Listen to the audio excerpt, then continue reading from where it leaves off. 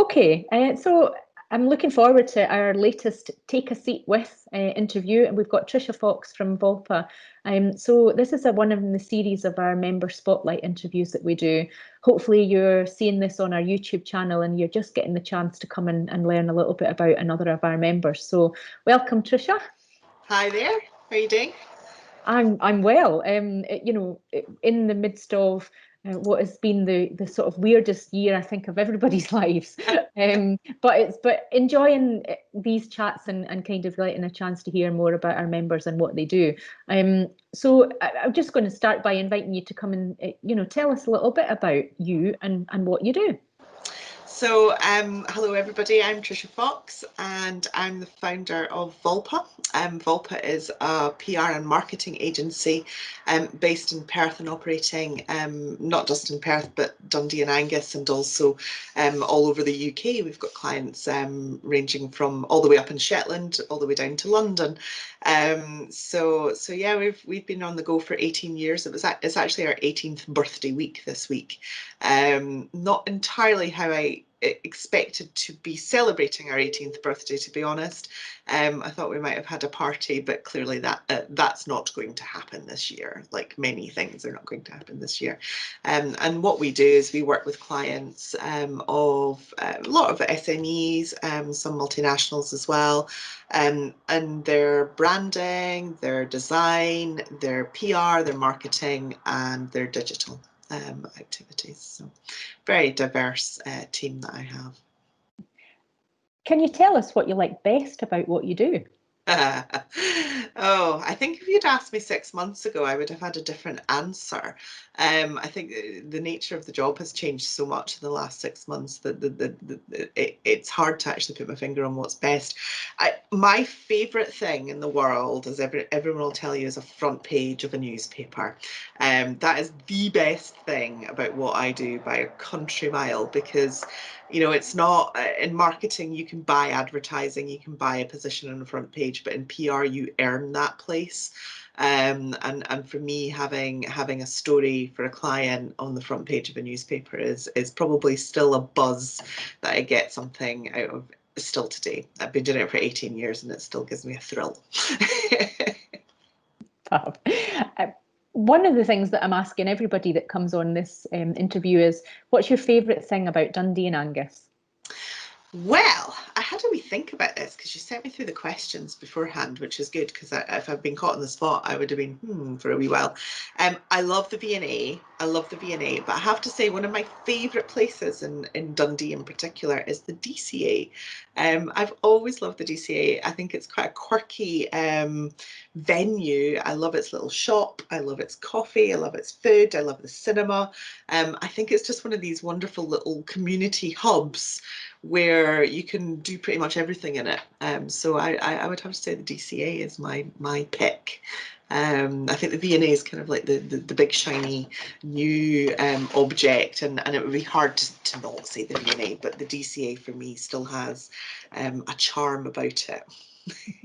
And of course, we're filming this today, they're reopening. So so this is them getting themselves back open, and it's good to see, as you say, a key institution that has got lots of space, does an awful lot of things for the community, lots of different uses. So I'm hoping that they've had loads of footfall, and I can see them really celebrating that they're happy to be back. So very well picked.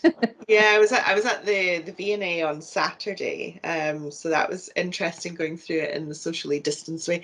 I have to say I really rather enjoyed the fact that there was much less people there, and you had a lot of space to enjoy the exhibits. So I have to say my pandemic or post-pandemic experience of the V&A is considerably better than my pre-pandemic one. So it gets a big thumbs up from me. Brilliant. So my next question is another favourite question. So what's your favourite time of year and why? Oh, I love autumn. I love autumn. I love the autumn colours in Scotland. I like it when it's just turning a little bit cold and you can get out into the outdoors and you kind of feel that fresh air. And I like autumn clothing as well. I'm not keen on summer clothing. I just don't think it sits right. And I like the fabrics of autumn, like the cords and the velvets and the colours. I love autumn. It's my favourite season by far. That's a great answer. Because for me, and I know that you work on brilliant projects, but the Enchanted Forest feels a very autumnal type event to me. It's just one of those. It's got dark, we're all bundled up and out and about, but the trees are beautiful, aren't they? So Yeah. yeah, I like autumn too. I think I'm usually outdoors an awful lot at this time of the year for that very reason. It's going to be a very strange October for me this year because for years now we've handled the PR and the marketing, and this year obviously it's not happening. So yeah, I'm not quite sure what I'm going to do with myself that first week in October. Just what do other people do? One of the questions I've been talking to people about all over the last few months has been about what people have been missing during lockdown. Now we're not fully locked down at the moment, but we're sort of moving in and out of some weird stages, I think, of the pandemic. But what are you missing most if you're missing something? Oh, wow. I miss spontaneity. I miss the spontaneity of let's go for dinner and being able to just do that. Um, Now everything seems to have to be booked online in advance, and it's absolutely right that it is, but it's taken the spontaneity out of life a little for me. So yeah, I really miss that. I also miss my team. I haven't seen some of them since, like, in person. I've seen them on screen, obviously, but I haven't seen some of them since we walked out of this office in March, which is a long, long time, a very long time not to see people. Yeah, yeah. My next question is all about work and how it's changed. And I mean, your work clearly has changed, or the way that you work has changed very much during this crisis. But can you just talk about how your work has changed and what the future might be holding? Yeah, I mean everything has changed, and I don't think we're alone in that. I think everyone has had to go through some sort of cathartic experience during the last 5 months. I mean, obviously we're doing things a lot more screen-led than we were in the past, but I think probably what's been quite interesting is that the nature of my work has changed. So normally in a marketing agency, we would be working proactively on plans for the future. So a lot of what we would be doing is at the moment we would be working on October events, we would be working on Christmas activities. So we work ahead of time and in our general trend. The work that we have been doing over the last 5 months has really shifted to be much more reactive, and almost a crisis management style job, where we are handling crisis comms, the management of cancellation of events, which are often the decisions are made very, very quickly, and then have to be implemented very, very quickly. So, at the moment, I can't predict from one day to the next what I'll be doing, which is quite an interesting, environment to work in. And I think the pace of that has changed considerably. Normally, when you run a crisis, or you're managing a crisis, it's full on for a few days, and then you get a couple of weeks respite, and then the next one happens. We literally have had back-to-back crises going on in some form or another across our client base for the best part of 5 months now, of varying different natures, and it has been a pretty interesting time.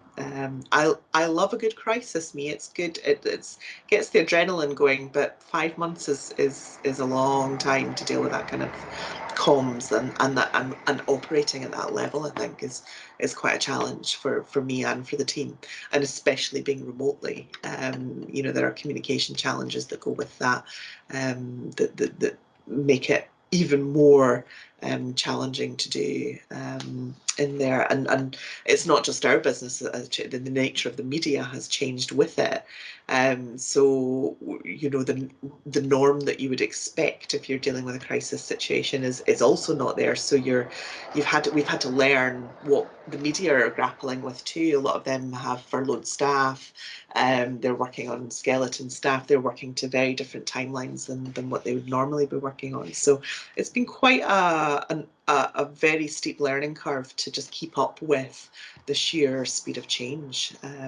And you know, we were quite remote. We were used to working remotely anyway with clients in London and Shetland anyway. So video-based conferencing was quite normal for us. So this environment is not terribly different. I suppose the big difference is that we've moved from using it occasionally to using it every day. And some of it has been good and some of it has been challenging. And how about the future? I mean, I like everybody, it's difficult to predict, but you know, how do you see, you know, what's ahead of you? With great difficulty, I think is the honest answer to that. I think there's great opportunity. I mean, never waste a good crisis, I think is the saying. You know, we as a business will continue to shift with what we need to do to survive and grow in this market. And there are opportunities in there. We're looking at particular niches to go after in terms of our own strategy. In addition to that, because it took place in the back garden conversation, my husband and I started another business during lockdown because that seemed like a good thing to do. So within the next couple of weeks, we'll be launching a coffee business, a coffee platform that we'll be pushing out too. So a complete pivot in that regard. Because our coffee consumption, and I'm sure everybody else's, has gone through the roof during this period. So we're not getting out for our fix of Starbucks and Costa Coffee. So we basically started ordering it online and drinking it at home, and we spotted a gap in the market off the back of that. So we're in full flow startup at the moment as well, which is kind of it's an odd juxtaposition with what's going on in Volpa. But you know, we're looking hopefully for, you know, businesses to start planning ahead. That's what our business very much depends on, and that forward planning element. And I think, you know, we're moving out of the furlough period. It's very clear that the lockdown is easing. We're moving into a recession, whether we like it or not. It's an actual fact. And businesses are going to have to really step up their marketing, I think, to become valid and relevant in this next phase of whatever this strange new normal is out there. And there are opportunities in that market. There's no doubt. There's absolute opportunities. We've worked with clients over the last 5 months to really shift their business model. And there are some businesses doing very, very well as a result of that. So, you know, it's not to be sniffed at. Yeah. Don't hide under a rock would be my recommendation. Get out and grab it and run with it. Absolutely. What about when we are much more freely able to get out and about? What would be on your lockdown escape bucket list? Oh, I think after this is all done, I think I actually probably will book an entire month in the Bahamas and just lie in the sunshine and relax. That would probably be top of my bucket list at the moment. I don't know. I mean, I haven't really let the pandemic stop me doing anything that I didn't want to do anyway. I'm not an adventure seeker or anything like that. So, I mean, I'm not desperately needing to go out windsurfing or strange things like that. I'm actually quite a homebody anyway. So actually the idea of being locked at home for 3 months was quite in my comfort zone. And I'm easily able to entertain myself by starting other businesses and such like. So, you know, I wasn't bored by any stretch of the imagination. So I don't have anything like I'm desperate to get out and do. I think I miss some cinema and live events. I really do miss that sort of people coming together, but obviously that's not possible at this point in time. So I think probably I was actually holding on to this. I booked to go and see Texas at the SECC in October. And even up until around the end of June, I was holding on to the possibility that was still going ahead. But sadly, that has been cancelled. And I think that's in the diary for April or May next year. So I think going to a live gig would be great, jumping around and just being a bit mad for a change. Yeah. They were the first band I ever saw live. How bizarre and spooky. Not going to tell you when it was. I must have seen them about 7 or 8 times now, and they're They great every time. If you had a message for people out there about what you've learned yourself about the world of work and business, what would it be? Oh, my biggest lesson, people matter. People, people, people every day. You know, treat people well and you will go far in life. If you treat people badly, it will always come back to bite you on the bottom. So that's my greatest. You know, I don't think business is not really that complicated. People are. And actually, if you get the people right, then you get the business right. So for me, 18 years at the helm of Volpa, and running my own business, for me, it's people, without a shadow of a doubt. That's what makes it work. I like it. Just finishing off then, how do people get in touch with you if they want to chat? Ooh, well, you can get in touch with me in all sorts of ways. I'm on Twitter, so most of my personal tags are at Volpa Girl, because I was much younger when I started the business, and so that strategy sounded like a good idea at the time. I'm not quite sure how we're going to attack it when I'm older, and clearly, definitely not a girl. So yeah, Volpa Girl. You'll get me on Twitter with Volpa Girl, and Cunningly Good for the business. So you'll get that on anything, Instagram, YouTube, Facebook, the lot. And also our website, so cunninglygood.com. So you'll find us there too. But please reach out. Love to speak to people. Brilliant. Thank you so much, Tricia. That's fab. Thanks. Brilliant. Thank you.